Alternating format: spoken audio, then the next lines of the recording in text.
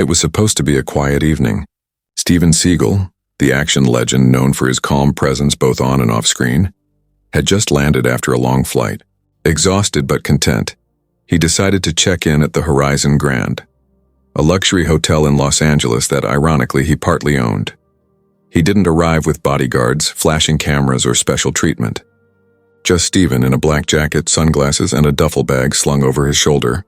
He preferred to blend in, to see how things ran when no one knew the boss was watching. As he entered the marble lobby, soft jazz played from the speakers. Guests moved in and out, suitcases rolling across the floor. The front desk staff barely glanced at him. Steven approached the counter, gave a polite nod, and said quietly, "Good evening. I have a reservation under Seagal." The young receptionist looked up with a hint of irritation. "Name again?" "Steven Seagal," he repeated calmly. The receptionist frowned, typing for a moment before smirking. "Right, Steven Seagal, huh? Like the movie guy?" The staff member next to her chuckled. Steven didn't react. "Yes, that's me. I booked a suite for the weekend." The receptionist sighed dramatically. "Sir, we don't have time for games. If you're pretending to be some celebrity, please stop wasting my time." A couple standing nearby turned to watch. One whispered, "That actually is Steven Seagal." But the receptionist waved it off. "Sir, please leave or I'll have to call security." Steven's face stayed unreadable. He simply said, "You're making a mistake." "Not my problem," she snapped, already signaling the guard. Within moments, a uniformed security officer approached and gestured toward the door. Guests gasped as Steven, one of the hotel's actual owners, was escorted out like a troublemaker. He didn't argue, didn't raise his voice. He just walked out silently, his boots echoing across the marble floor. But as he reached his car and glanced back through the glass doors, a small, knowing smile appeared on his face. 9 minutes later, everyone in that lobby would regret what they just did. Outside, Steven Seagal stood under the glowing gold logo of the Horizon Grand, the hotel he had helped design, the one he had trusted others to manage with dignity and class. He watched through the wide glass doors as guests continued to check in, laughing, chatting, and clinking glasses in the lobby bar. Inside, the receptionist, Amanda, was still shaking her head in disbelief. "Can you believe that guy?" she whispered to her co-worker. "Coming in here pretending to be Steven Seagal. I mean, come on. Who does that?" Her colleague, a young man named Dylan, smirked. "Yeah, and that accent he had? Totally fake. These wannabe celebrities think they can just walk in anywhere." The two laughed, completely unaware that their wannabe not only owned part of the hotel, they were on his payroll. Meanwhile, outside, Steven took a slow breath, glancing down at his phone. He could easily storm back in and reveal the truth, but instead he leaned against his car and waited. His calm wasn't weakness, it was control. Back inside, another guest at the counter asked quietly, "Are you sure that was a fake?" He looked a lot like him. Amanda rolled her eyes. If he was the real Steven Seagal, do you think he'd be walking in here alone, carrying his own bag? The guest shrugged. "You'd be surprised how humble some people are." Amanda ignored the comment and returned to her screen, still snickering. Moments later, the hotel manager, Mr. Collins, walked by and asked, "Everything all right here?" "Yes, sir," Amanda said sweetly. "Just had some guy pretending to be a celebrity. Security escorted him out." Mr. Collins chuckled. "Happens all the time in LA. People love attention." He moved on without another thought. Steven, still outside, looked down at his watch. 4 minutes had passed. He opened his phone, scrolled through contacts, and tapped one labeled, Operations Director, Horizon Group. The line clicked instantly. "Mr. Seagal, sir." The voice on the other end said, surprised. Steven's tone was calm. "I just tried to check into the Horizon Grand. Your staff escorted me out." There was silence. Then a nervous, "Wait, what, they kicked you out?" "Correct," Steven replied evenly. "I'll be waiting in my car. You have 9 minutes." He hung up. Back inside, the staff went about their routine, unaware that a storm was forming above them. 5 minutes later, Dylan looked toward the entrance. "Hey, that guy's still out there." "Just standing by the car. Kinda creepy." Amanda glanced over, smirking. "Maybe he's waiting for an Uber. Hopefully he doesn't come back." "Have you ever been treated badly just because people judged you by how you looked? Comment below.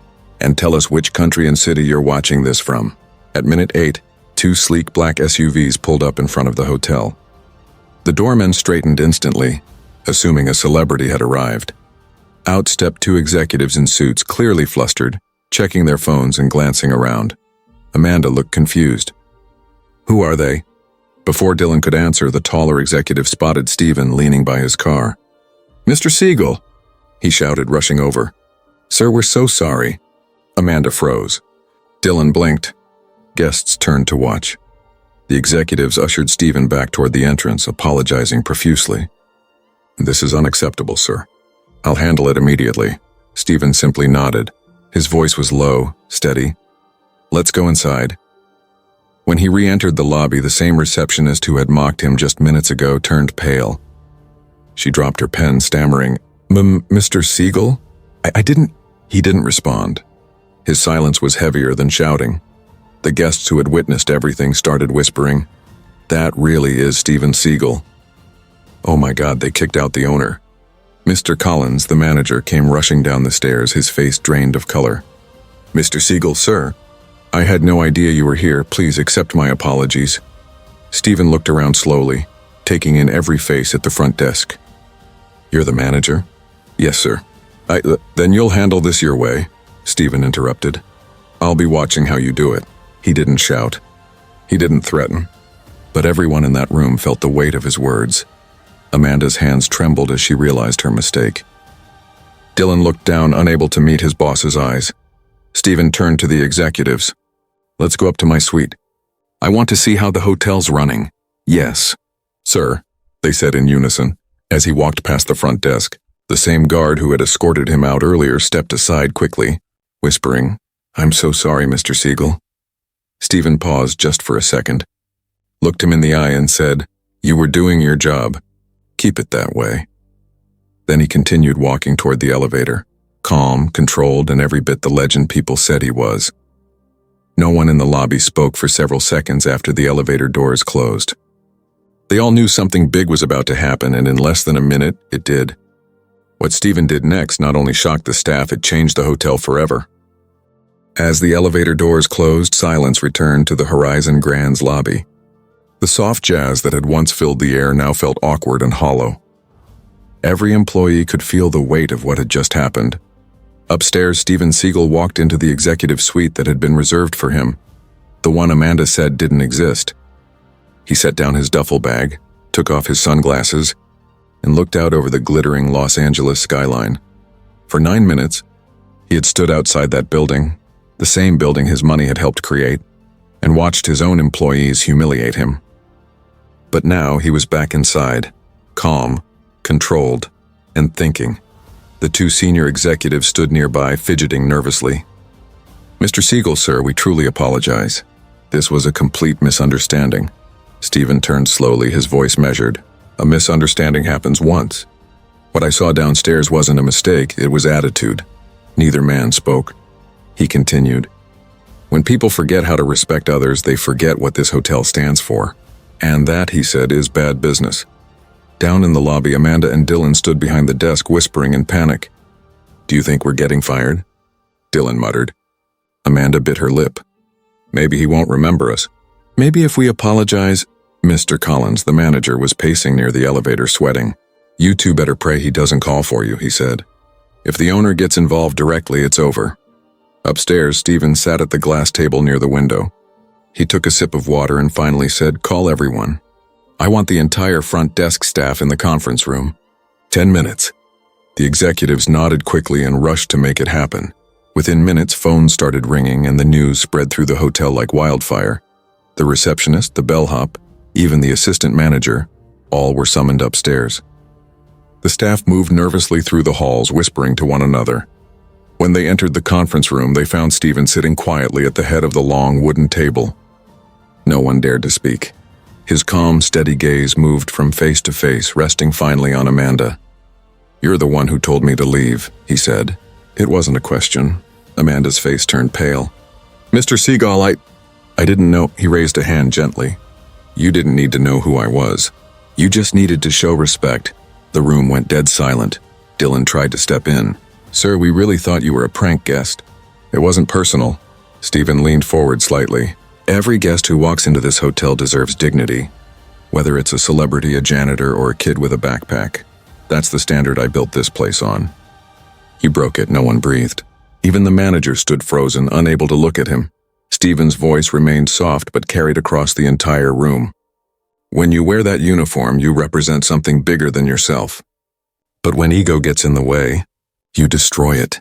Amanda's eyes filled with tears. Dylan looked down, ashamed. At that moment, Steven turned to the general manager. How long have these people worked here? Some for 6 months, others for a year or more, Colin stammered. Steven nodded once, and yet not one of them remembered the most basic rule of hospitality. Treat everyone with respect. He stood, adjusting his jacket. Then it's time for a reset. The staff exchanged nervous glances. You're all done here, Steven said quietly. Effective immediately. A gasp spread across the room. Amanda broke down. Please, Mr. Seagal, give us another chance. We didn't mean to disrespect you. Steven shook his head. You didn't just disrespect me. You disrespected the name on the building. That name stands for honor, not arrogance. He looked toward the executives. Make sure they're paid their dues. Today's their last day. No shouting, no anger, just authority. As the group was escorted out, Steven turned to the remaining staff who had been called in to watch the meeting, the ones who hadn't been involved. If you ever see anyone being mistreated in this hotel, I expect you to step in. That's what leadership looks like. His calm tone carried more power than any explosion in his movies. Downstairs, word spread fast. Guests whispered in the lobby. Some clapped quietly as Amanda and Dylan were escorted out, realizing they'd just witnessed a real-life Seagal moment. Quiet, righteous, and final. Later, one guest would say, he didn't raise his voice once. He just walked in like a storm in slow motion, and when he left, the whole place changed. If you were in Steven Seagal's place, and would you have fired the whole staff or forgiven them? Comment below and tell us what you would have done. As Steven returned to his suite, the executives followed behind, still shaken by how quickly it all unfolded. He looked at them and said simply, tomorrow morning, we rebuild with people who understand respect. And with that, he closed his door, calm, silent, legendary. But Steven's lesson wasn't over yet. What he did next turned one employee's life completely around. The next morning, sunlight poured through the tall glass windows of the Horizon Grand. The tension from the night before still lingered in the air. Every employee walked on eggshells, whispering cautiously, unsure of what would happen next. Rumors spread faster than coffee orders. Did you hear? He fired the whole front desk last night. Yeah, and the manager too, I think. No way. He was so calm about it, though. In the executive suite upstairs, Steven Seagal was already awake. He'd been up before dawn, drinking green tea and reviewing hotel reports. Numbers were fine, profits solid, bookings steady. But something more important had been lost. The culture of respect. He pressed the intercom. Send up the housekeeping supervisor, please. A few minutes later, a woman in a neat uniform stepped nervously into the suite. She was in her late 50s, her name tag reading Maria, senior housekeeper. Good morning, Mr. Seagal, she said, bowing her head slightly. Steven looked up from the papers and smiled faintly. Maria, I remember you. Her eyes widened. You do, sir? He nodded. 2 years ago, when this hotel first opened, you were cleaning the presidential suite. I was walking through unannounced. You stopped and said, welcome home, Mr. Seagal. You didn't know I was one of the owners. You just said it because that's who you are. Maria blushed, her eyes glistening. I remember that day, sir. I just wanted to make you feel welcome. He leaned back in his chair. And you did. You're the reason I'm having this conversation today. Maria looked confused. Sir? Steven gestured toward the window overlooking the city. Last night, your colleagues forgot what hospitality means. They forgot that respect isn't about who someone is, it's about how you treat them. He paused, letting the words sink in. But you never forgot. Maria clasped her hands nervously. Thank you, sir. I just do my job. Steven smiled softly. No, Maria, you do more than that. You honor the name on the building. He stood up, walked over, and handed her a folder. From today, you're the new guest relations manager. Maria gasped. Sir, I'm just a housekeeper. Not anymore, Steven said. You understand what real service means. That's leadership. Tears welled up in her eyes. Mr. Seagal? Thank you. I won't let you down, he nodded. I know you won't. Outside the suite, several executives stood stunned. They'd expected Steven to bring in some high-profile replacement, not promote a humble worker from housekeeping. But that was the lesson. Steven turned to the operations director. Let her hire her own team. People she trusts. People who care. Yes, sir, the man replied. Downstairs, as Maria walked through the lobby in her new blazer, staff members looked on in awe. Some clapped quietly. Others hung their heads, realizing how different things could have been if they'd simply shown respect. Meanwhile, Steven made his way back through the lobby where it had all started. The atmosphere was different now, quieter, more cautious. Guests looked up, whispering. One man approached him and said, Mr. Seagal, I saw what happened yesterday. You handled it like a real gentleman. Steven gave a small nod. It's easy to lose your temper. It takes control to keep it. The man smiled. You taught everyone here a lesson. Steven replied. Respect is a simple thing, but once it's gone, it's hard to rebuild. He walked toward the front desk, now being run by a temporary staff. He noticed one of the junior employees nervously assisting a guest. The young man's hand shook as he checked the computer. Steven watched for a moment, then said gently, Take a breath. You're doing fine. The employee blinked, surprised. Thank you, sir. Steven nodded once. Remember, people come here for peace, not power trips. Give them that and they'll come back. The employee smiled, visibly calmer. As Steven turned to leave, Maria called out from behind him. Mr. Seagal? He looked back. She said softly, You were right. Respect starts with how we treat others and not how we expect them to treat us. He smiled. Exactly. Keep teaching them that. Have you ever met someone humble who inspired you? Someone who proved respect matters more than power? Tell us your story below in the comments. That night, a few guests posted about what they'd seen. Not just the firing, but the promotion. The story spread fast online. Steven Seagal didn't just fire rude staff. He promoted a housekeeper to manager because of her kindness. Within hours, it went viral. People praised his quiet wisdom, his humility, and his fairness.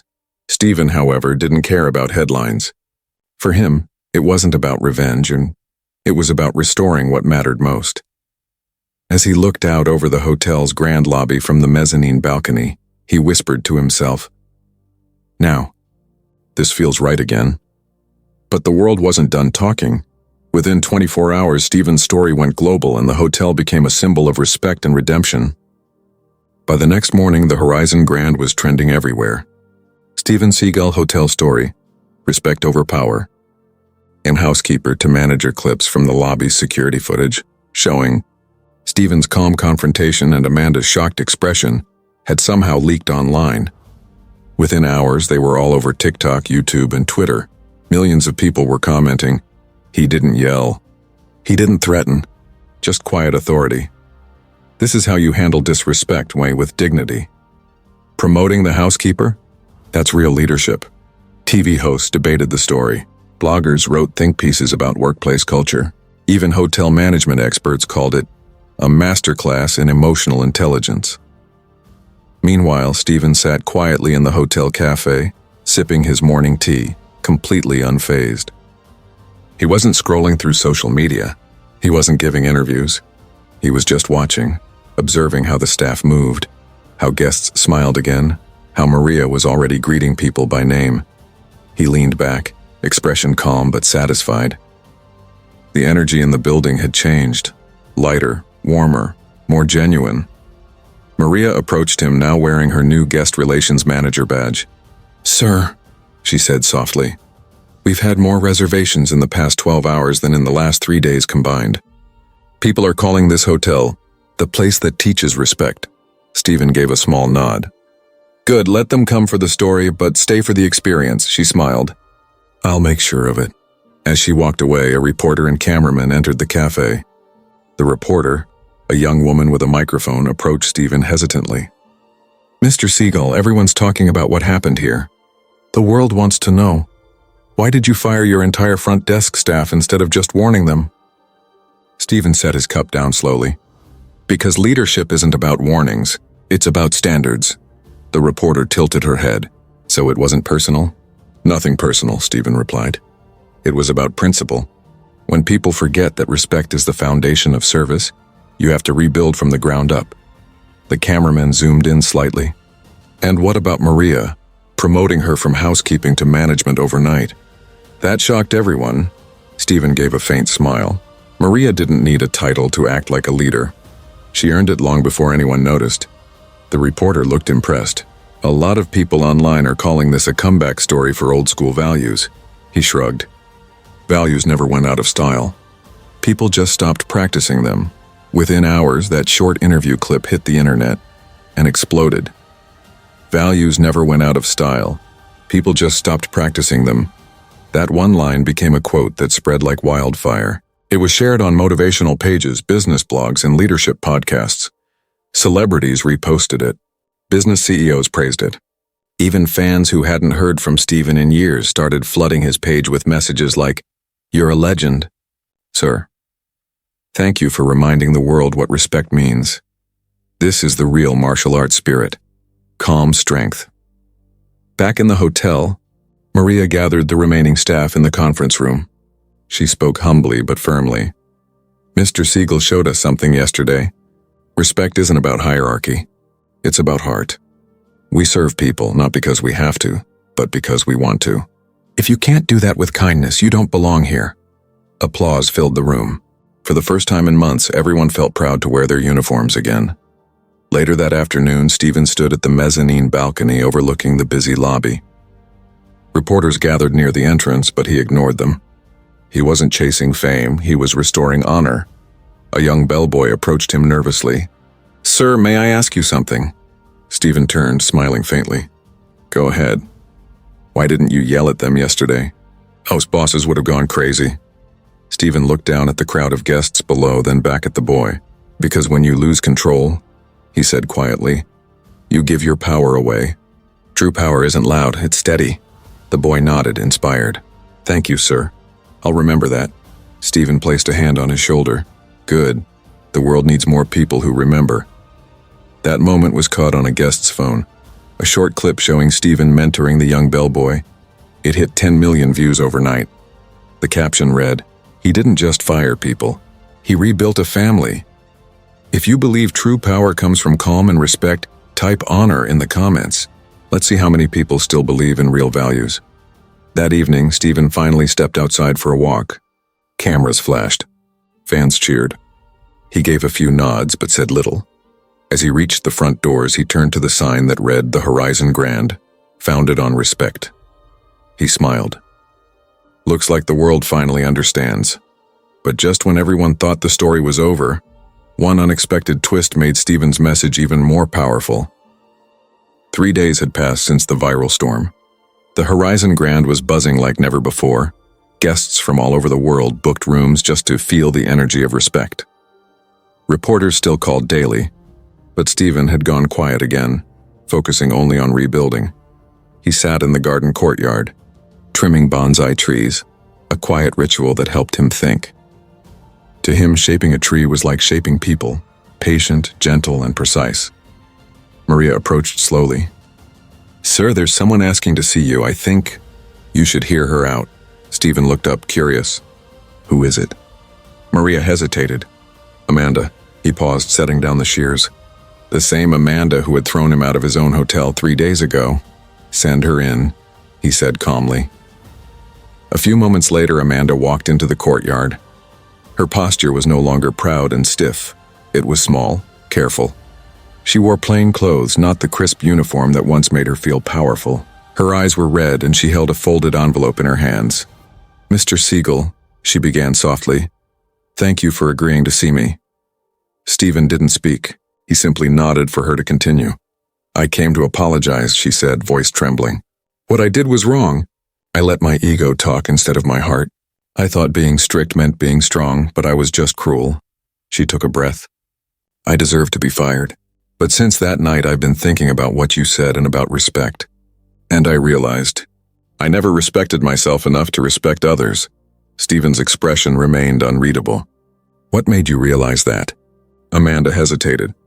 "My little sister saw the video online. She called me crying. She said, 'You always told me to be kind to people. What happened to you?' That hurt, sir. It really did. Steven looked at her quietly for a long moment, then motioned for her to sit. She hesitated, then sat across from him at the small stone table. He finally spoke. Everyone makes mistakes, Amanda. The question is, do you learn from them or repeat them? I want to learn, she said quickly. That's why I came. Not for my job, for a chance to make things right. Steven studied her face, not the arrogance from before, but genuine remorse. He stood and walked to the koi pond nearby. Do you know why I didn't yell that night? He asked. She shook her head. He turned slightly toward her. Because if I shouted, you'd only hear my anger. But silence? Silence makes people hear their own conscience. Amanda blinked, realizing the depth of his words. I did hear it, sir. Every single day since then. Steven walked back to her, his voice soft but steady. Good. Then it wasn't for nothing. He gestured to the envelope in her hand. What's that? Amanda held it out. It's a letter for Maria. I wanted to congratulate her. She deserved the promotion. I was wrong to ever look down on her. Steven took the letter, read the first few lines, and smiled faintly. She'll appreciate this. Amanda stood to leave, but Steven said, Wait. She froze. He reached into his jacket pocket and pulled out a card. There's a new property we're opening in San Diego. Smaller, but built with the same values this one has now. I need people who've learned from their mistakes, not people who pretend they never made them. Her eyes widened. Are you offering me a job? He nodded. An entry-level position. You'll start from the ground up. Front desk assistant. Earn your respect the right way this time. Amanda's lips quivered as tears filled her eyes. Mr. Seagal, I don't deserve this. Steven's tone was calm but firm. Then prove you do. She nodded quickly, emotion overwhelming her. I will. I promise I will. He extended his hand and she shook it, trembling. For the first time, her handshake wasn't about authority. It was about gratitude. As she walked away, Maria stepped out from behind the glass doors, having witnessed the whole thing. That was beautiful, sir, she said softly. Steven smiled slightly. Discipline builds respect. Forgiveness keeps it alive. Maria nodded, eyes glistening. You really practice what you preach. Steven turned back toward the bonsai tree, clipping one final branch. When people see the good in others, even after the bad, that's when growth truly begins. Later that evening, Amanda's letter was posted on social media by Maria herself. It read, Real strength isn't power. It's humility. Thank you, Mr. Seagal, for reminding me what respect looks like. The post exploded online, hitting millions of views in hours. People called it the most unexpected redemption arc of the year. Comments poured in. He fired her but still gave her another chance, and that's real leadership. Respect and forgiveness in one story. This man's on another level. Would you have given Amanda a second chance, or kept her fired? Comment below what you would have done if you were in Steven Seagal's place. That night, Steven walked through the now quiet hotel lobby. Guests smiled, staff greeted him with sincerity, and for the first time in days, he allowed himself a small smile. He looked around and said quietly, almost to himself, maybe this place finally learned what honor really means. But the story didn't end there. Steven's powerful message about respect reached the world stage, inspiring millions beyond the hotel walls.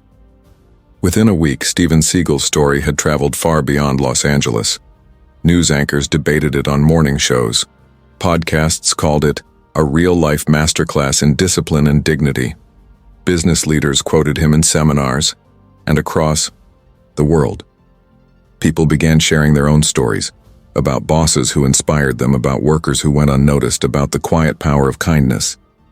At the Horizon Grand, things were different now. Guests noticed the change the moment they walked in. The staff smiled genuinely. The air felt lighter, warmer. Every welcome sir or good evening ma'am carried meaning again. Maria's leadership shone through. She organized kindness workshops, encouraged teamwork, and introduced a new rule. No guest leaves unseen, and no worker feels unheard. One afternoon, Steven walked through the lobby and saw Maria training a group of new hires. She spoke with patience and conviction. Hospitality isn't a job, she said. It's a reflection of who you are. He stood quietly in the back, listening, a faint smile on his face. She didn't notice him, and that was fine. The lesson had passed on. That was all he ever wanted. That evening, Steven received an invitation to speak at a leadership conference in New York. The organizer wrote, "Mr. Seagal, your story has inspired millions. We'd be honored if you'd share your philosophy on respect and leadership." He declined politely. Instead, he sent a short message to be read aloud at the event. When the night came, a spotlight hit the stage, and the host unfolded Steven's note. It read, "Power means nothing if you can't control it. Respect means everything if you choose to show it. Leadership isn't about being served. It's about serving with honor. That's how peace begins, in the smallest of actions." The audience erupted in applause. Some stood, some cried. The message was simple, but it hit deep. Back in Los Angeles, Steven sat in the garden courtyard again, the same spot where Amanda had apologized days earlier. He was calm, peaceful, almost meditative. Maria joined him, holding 2 cups of green tea. "Sir, the media is still talking about the story," she said with a small smile. "People are saying this hotel is changing the way businesses treat their workers." Steven chuckled softly. "That's good. Let them talk, but remember, change doesn't start with headlines, it starts with hearts." She nodded thoughtfully. "It's strange, isn't it? You came here just to visit, and now the whole world is learning from what happened." Steven looked up at the horizon, golden sunlight spilling over the city skyline. "Sometimes," he said, "life gives you a stage when you least expect it. What matters is what you do when the lights are on." Maria sipped her tea quietly, then said, "You didn't just rebuild this hotel, sir. You rebuilt people's pride." He gave a faint smile. "No, Maria. They rebuilt it. I just reminded them who they are. If you believe the world needs more respect, kindness, and real leadership, type respect in the comments. Let's spread this message together." That night, Steven stood at the hotel entrance one last time before leaving for another project overseas. The valet greeted him warmly. "Safe travels, Mr. Seagal. You'll always be welcome here." Steven nodded and said quietly, "That's how it should be." As he stepped into his car, Maria watched from the doorway, proud and emotional. The man who had once been kicked out of his own hotel had turned humiliation into transformation. The video of his final words, "That's how it should be," became the last clip to go viral. It was replayed on news shows, captioned on thousands of posts, and quoted in motivational videos worldwide. Because in the end, Steven hadn't just fired staff. He had fired arrogance, ignorance, and ego, and replaced them with honor, humility, and respect. And that, the world agreed, was the true mark of a legend.